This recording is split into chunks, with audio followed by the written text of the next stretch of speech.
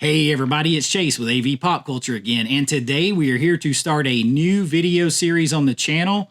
This is Chase's Criterion Closet Critiques. And yes, that's a mouthful, but what I'm going to do here is pull some of my favorite legendary Criterion Closet videos where your favorite actors, directors, writers, they go into the legendary Criterion Closet, pull some of their favorite movies and talk about them. And I am going to make it my mission to watch, review, and rank with my own ranking their Criterion Closet movies. So that's what we're going to do. And we're starting today with Gina Gershon. So pop that tape in. I got you. Let's go do this.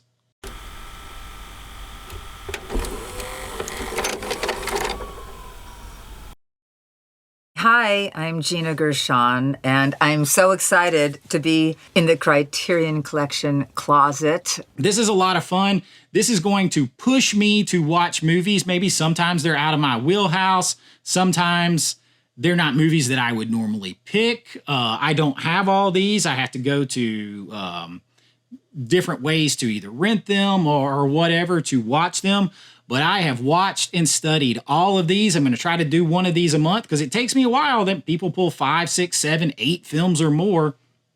And today we're starting with Gina Gershon. Hers was so much fun to watch. I like so many movies she's been in. She's an actress that just goes for it. And she seemed to genuinely have a lot of fun in the Criterion Closet. So I'm going to start with her picks.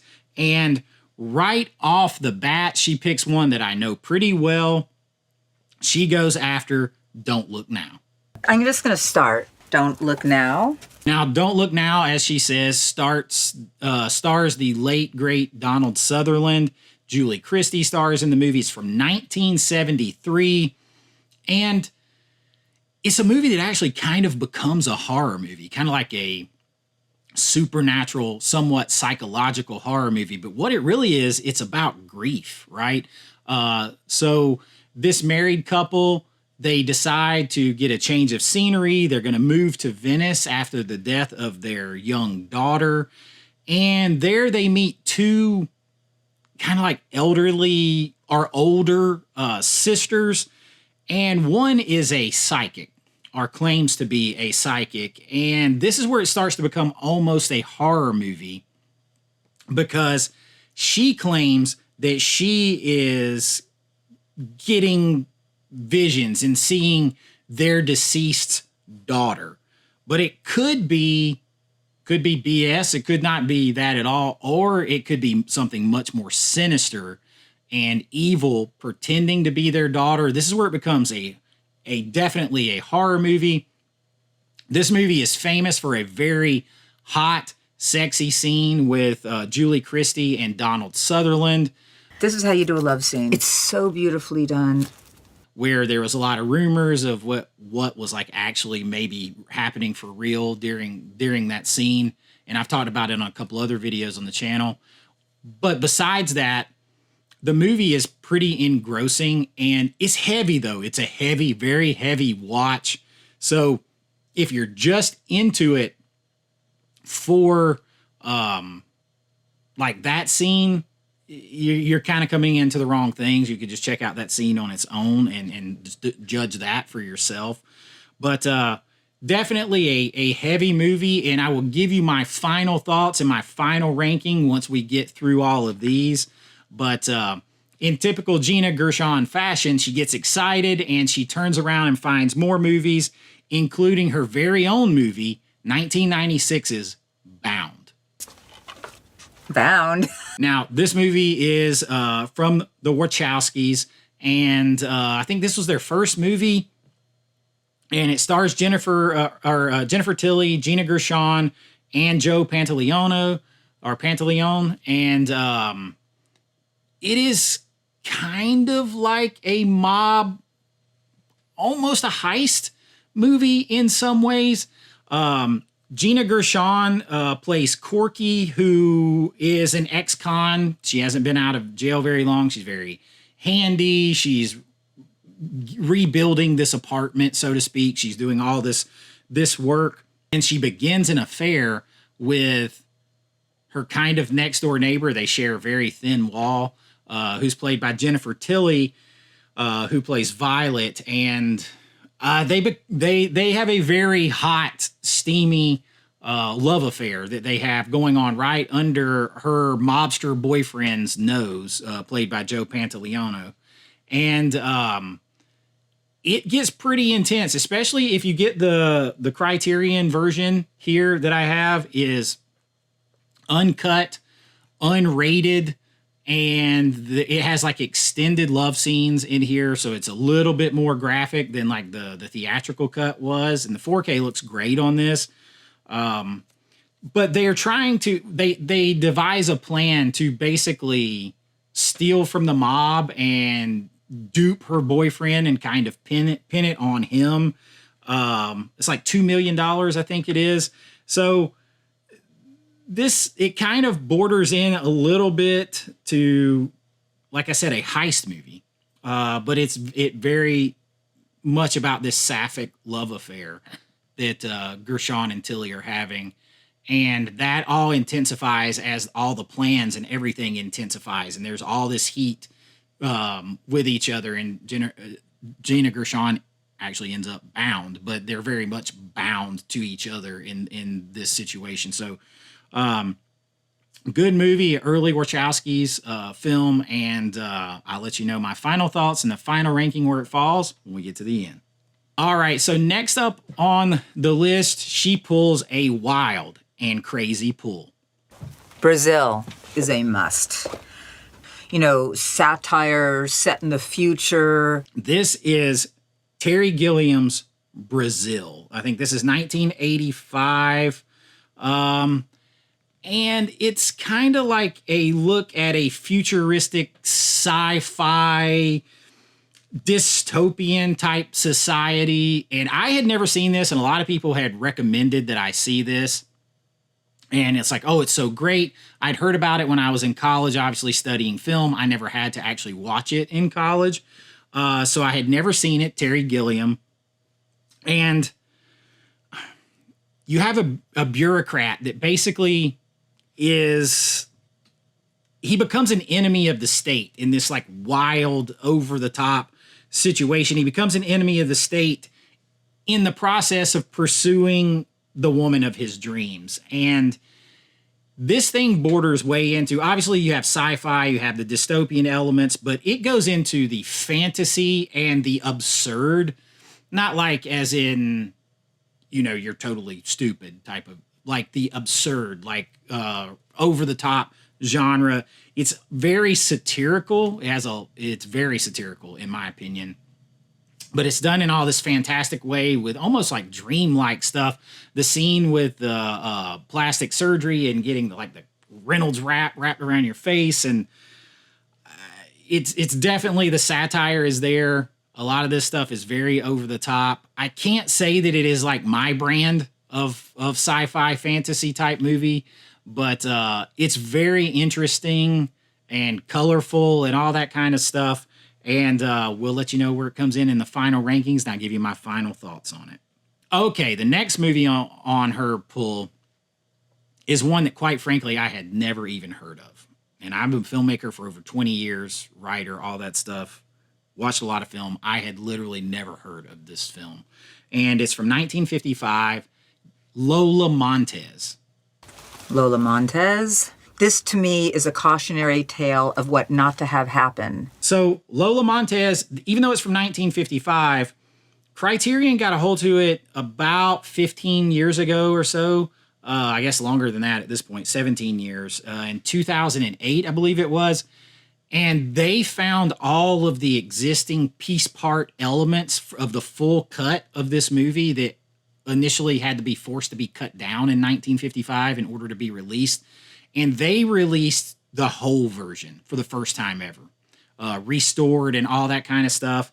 It got in film festivals and stuff in 2008. It might have been Cannes. I can't even remember, but it had like this rebirth. The film tells the story of a once very famous and somewhat infamous and notorious beauty, Lola Montez. And she was, let's see, she was somewhat of an adventurer, right? But she was also somewhat a connoisseur. That's a nice way to say it. Somewhat of a connoisseur of very powerful men. And eventually she is reduced to almost being like an attraction. She becomes like the main attraction at a circus. And while she's there and this is happening, I'm thinking about it in my mind, as this is happening, she kind of reflects back on her past adventures and her past loves, these affairs that she's basically collected and been a part of her whole life. The movie in some places is breathtaking, like as far as the colors and stuff like that are beautiful, and some beautiful cinematography, but in other ways it's very wooden. There's a lot of very wooden acting in the movie. It's very much like, in some ways and sometimes, watching a filming of a play, like with the sets, even though the sets are real in a lot of places and there's locations, the way it looks and the locked off camera movement and stuff like that, it's almost like watching a play, or in some ways a painting. It's like looking at a painting come to life. So in some ways it's very beautiful. Some ways it's just very dry to look at, and there's not a lot of energy. And in other ways, there's tons of energy and color and vibrance and stuff. So it's kind of a mixed bag on that. Of course, it's subtitled and things like that. So if that's a problem, it's a mixed bag. And I can't say that this one's for me either, that I would ever even watch it again. But that doesn't mean that you won't enjoy it or whatever. It doesn't mean it's going to come in on the bottom of my rankings, but we'll have to check out that at the end. All right, so next up on the list is one that I have, of course, seen many times. Many times. Now, she actually pulls a whole collection. I narrowed it down to one. I'm just going to say it. I love Godzilla. Dun, dun, dun, dun, dun, dun, dun, dun, dun, dun, dun, dun, dun, dun, dun, dun. So Godzilla, 1954. That's what I'm going with. I can't go like through every Godzilla movie, and I can't put clips in here from Godzilla. Hopefully I can even put the clip in here where she's talking about the score, because Toho is very picky on YouTube. So this is a recent 4K release, and the 4K looks good by Criterion. I mean, obviously as a kid, like seeing Godzilla the first time was huge for me, but as an adult, I got to tell you, I know this is going to be sacrilege to say, but the new Godzilla universe, the monster universe with King Kong and Skull Island and Godzilla King of Monsters and all that stuff, and Godzilla -1, I am more into that overall as movies as more than the original Godzilla. Now, I'm with Gina Gershon. I love the score of Godzilla, but overall, I mean, it's more of like a nostalgic, fun piece in your heart, because, I mean, obviously the effects and stuff are not going to hold up depending on what you're looking for. I'm fine with that. It's just, there's just so much more mythology and things like that for me to dive into versus like this. This is very atomic era. He was awakened by, the testing of atomic bomb. And then there's the whole controversy of, do we use another weapon like that to try to stop him as he goes on destroying rampage, the king of the gaijus. But I am into the whole new monster universe. Now, they're not all hits, but I love it. I love the deep mythology of it and everything else. So, but Godzilla is an undeniable classic.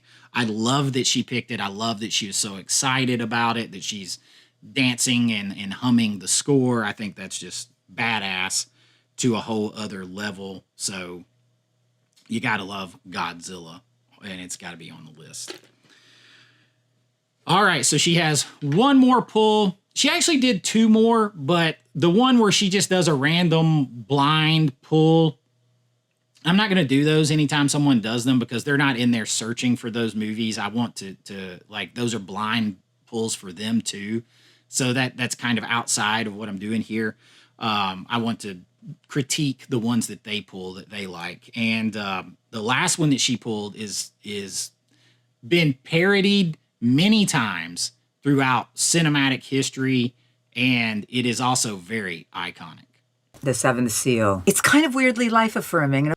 If you don't like the movie itself, because it comes from like 1957, I believe. It's an Ingmar Bergman film starring Max von Sydow. And I'm sure I always say his name wrong. I say it 10 different ways.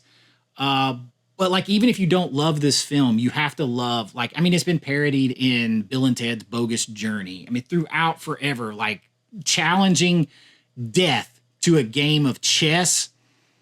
Like this movie, that part of this movie, you've seen in so many different ways before. So that makes it immediately iconic. The movie is good. It's really good. It's pretty simple premise with like confounding spiritual ripples that it causes. So a man is returning from the Crusades. So this is the time of the Crusades, and the Crusades lasted a couple hundred years or so, right? Like it wasn't like a crusade and they went and came back. It lasted a long time. So he's returning from the Crusades, and he's on a beach, and he encounters death himself, the Grim Reaper, if you want to call him that. And he's not 100% sure if he's there for him. He knows death has been hunting him a long time because he's a knight who has been fighting. So, you're fighting to the death, so death is always around you. And he don't know if it's his time for sure or not. And in order to buy time, at least it starts this way, death thinks, he challenges death to a game of chess. And throughout this time, we meet this traveling like family of artists, jugglers, like of the circus or whatever. We meet these different people, and he's having this discussion with death as they play chess, and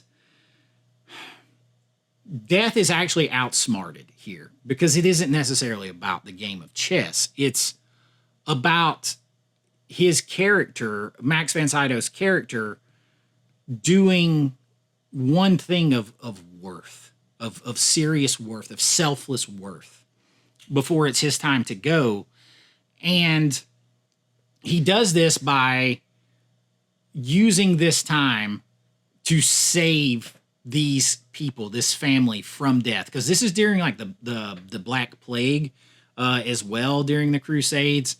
And he's trying to save this family like this. He's trying to get this one good deed before death takes him. And death is so focused on just thinking he's trying to just buy time for himself. He's missing out on that. And so he knocks over the chess pieces to buy even more time. But eventually the concept of this is no matter your faith, no matter anything that you believe in, no matter how hard you try or whatever, eventually death is going to get you in checkmate at some point, right? It's just with your faith, can you live on beyond that? Will your spirit live on beyond that? And that's going to come down to your faith and what you do with your life, the choices you make. And he's trying to make one more great choice with his life. And this is so Ingmar Bergman was, he was raised in very, very strict religious surroundings. Like I believe his father became a priest, and so he was raised very, very, very strict. And this was during a time that he was questioning his faith, and that kind of happens in some of his movies. So he's questioning his faith, what he believes, what comes after, all this kind of stuff. And that kind of comes out in this movie, and it becomes less about faith. It becomes assured, as he does later in his life. He says that there is a God, that he needed to rediscover his faith and all this. So like this all comes out in this movie. So while maybe a simple and timeless setup, it's done very well. And there's some odd choices in it, as there is. And I'm not like the biggest into Ingmar Bergman overall. But this movie is so well done, and it's absolutely legendary. And we'll see where it falls, because now it is time to rank all of these movies. And I have my rankings here. And coming in at number 6 for me at the bottom of the list is Lola Montez. I don't think I could ever see myself watching it again. it took me, in all honesty, like 5 tries to get all the way through the movie. It just wasn't, it was not for me. And that's okay. It could be for you. It's just not for me. Just absolutely not our audience for that movie overall. There's some things that I like visually and stuff like that, but overall, it just not for me. So it comes in at number 6. At number 5, I'm sure some of you are going to be surprised and disappointed to see this low, but it's Terry Gilliam's Brazil. Again, like when you take the fantasy, I don't need to be like hit over the head all the time with the message of the movie. And you take the fantasy to the realm of the absurd and just so over the top in so many ways. It just kind of loses a little bit for me. Like I'm a big fan of Verhoeven, so I'm all about some satire and getting a message across, but in a more like serious and entertaining way versus just so fantasy. But now this is one that I would watch again and one that I would love to see in 4K. So, take that for what you will. But for me, Brazil comes in at number 5. At number 4 on this list, and this actually surprised me that this came in this low, kind of middle of the pack on this list, but that's Don't Look Now. And I have this a great 4K. I love Donald Sutherland. I love the hot scene in here between him and Julie Christie. I love how unexpectedly it becomes a horror movie. But man, is it just so heavy. It's, as a father, it's depressing and heavy and just hard to watch multiple times. I mean, I am somebody who, I guess maybe I'm in the slight minority. A lot of people just hold this up so high, and I just can't put it up that high. For me personally, like I own it.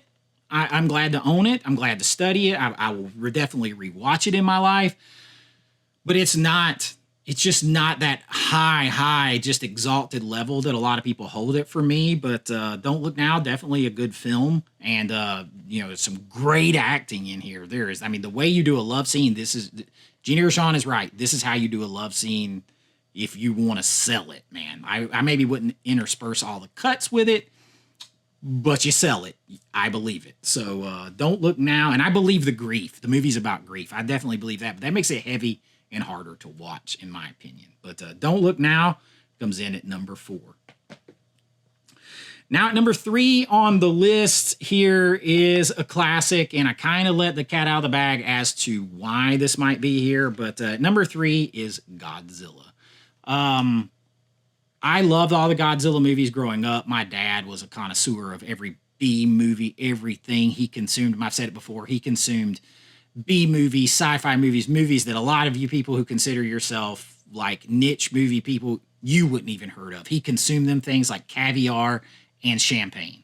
And so I've seen so many movies throughout my life. And while I love this, it's a classic. I'm super happy to own it. I dig the mythology in the new Godzilla movies they're doing. I love a deep overall cosmic mystery and stuff to unfold, and I like that a little bit better. And of course, the action, and they can do so much more now with how Godzilla looks, and I love it. And I love this for the nostalgia factor of it all, and that it launched everything. So great film, great score, has to be on the list. But for me, out of this group, it comes in at number 3. Now at number 2 on the list is Bound.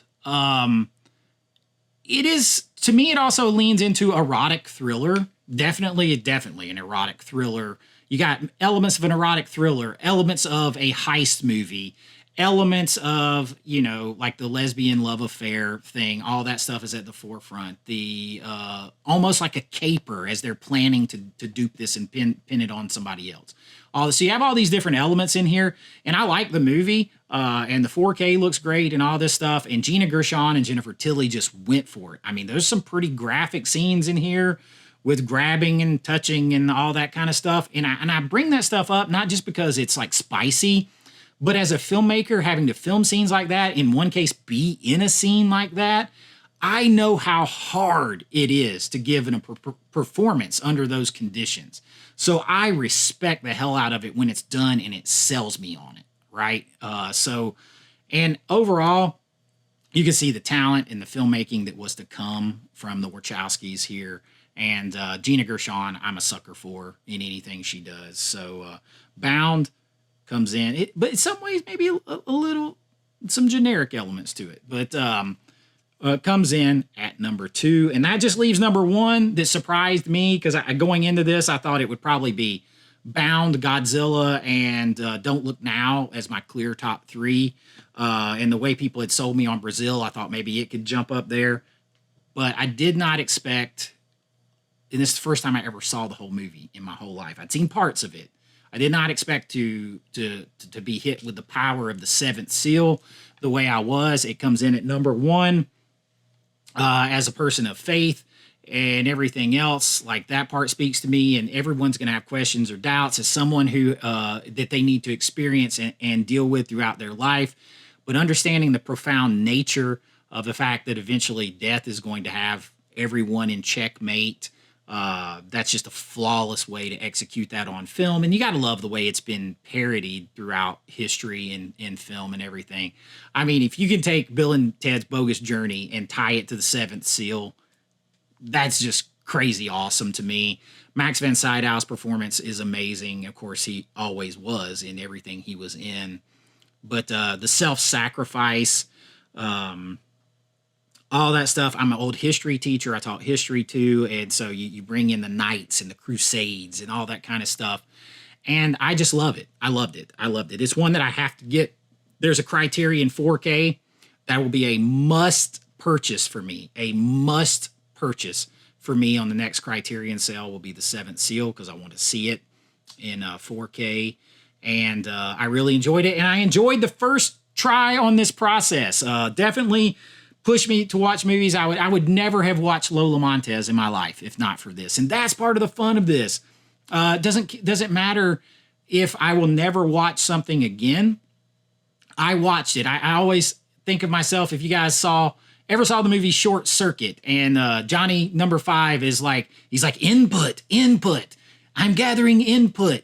Like, that's, the more input you gather, the more things you experience, the more things you expose yourself to and learn from, and all that stuff, the more well-rounded you can be, the more you can use that in other parts of your life, and you experience all that the cinematic world has to offer, and I dig it. So I'll be trying to do more of this. I hope you guys enjoyed this. Let me know what you think of it. I mean, this is a new run. If you all hate it, I mean, I'm still probably going to kind of do it because I think it's awesome. But if you all hate it, let me know. If this is something that you like and you think this is a cool idea, let me know that too. Just be nice down there and talk about it. Let me know what you think of these movies, and I'll try to link them to Amazon below. If you've enjoyed this, please like and subscribe. It helps me out. We do all kinds of things here. We do new stuff like this. We'll do series of stuff. We do 4K reviews, lists, rankings, recommendations lists. Like the 4K reviews I do from a fan and filmmaker's perspective because I make movies. So we dive into those. We do some physical media news. We do all of it here because I love it all so much. And you can join below if you want to help support the channel. You can become a member at my Patreon or my YouTube link. Both of those are below. A couple of dollars a month. You get your name and lights on every single video. You get behind the scenes looks at my filmmaking, special members only videos. It's kind of like a special features behind the scenes look all the time at stuff. And I'm adding things in there all the time. And I love sharing them with you. And if you enjoyed this, thank you so much. I'm glad that you're here. Consider sticking around. But until next time, be kind, rewind like always. This is Chase with AV Pop Culture, and I'll see you real soon. Bye-bye. I know.